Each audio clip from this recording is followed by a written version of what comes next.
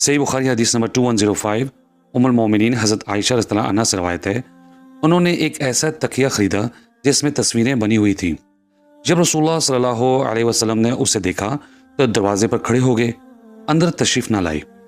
मैंने आपके चेहरे पर नागवारी के आसार देखे तो अर्ज़ किया, अल्लाह के रसूल, मैं अल्लाह और उसके रसूल सल्लल्लाहु अलैहि वसल्लम की तरफ रुजू करती हूँ, मुझसे क्या गुनाह सरज़द हुआ है? रसूलुल्लाह सल्लल्लाहु अलैहि वसल्लम ने फरमाया, ये तकिया कैसा है? मैंने अर्ज़ किया, मैंने ये आपके लिए ख़रीद किया है ताकि आप इस पर टेक लगा कर बैठें।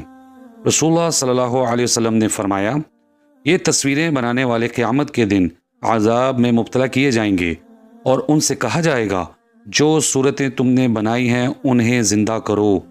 नीज़ आपने फरमाया, जिस घर में तस्वीरें हों उस घर में फ़रिश्ते दाखिल नहीं होते।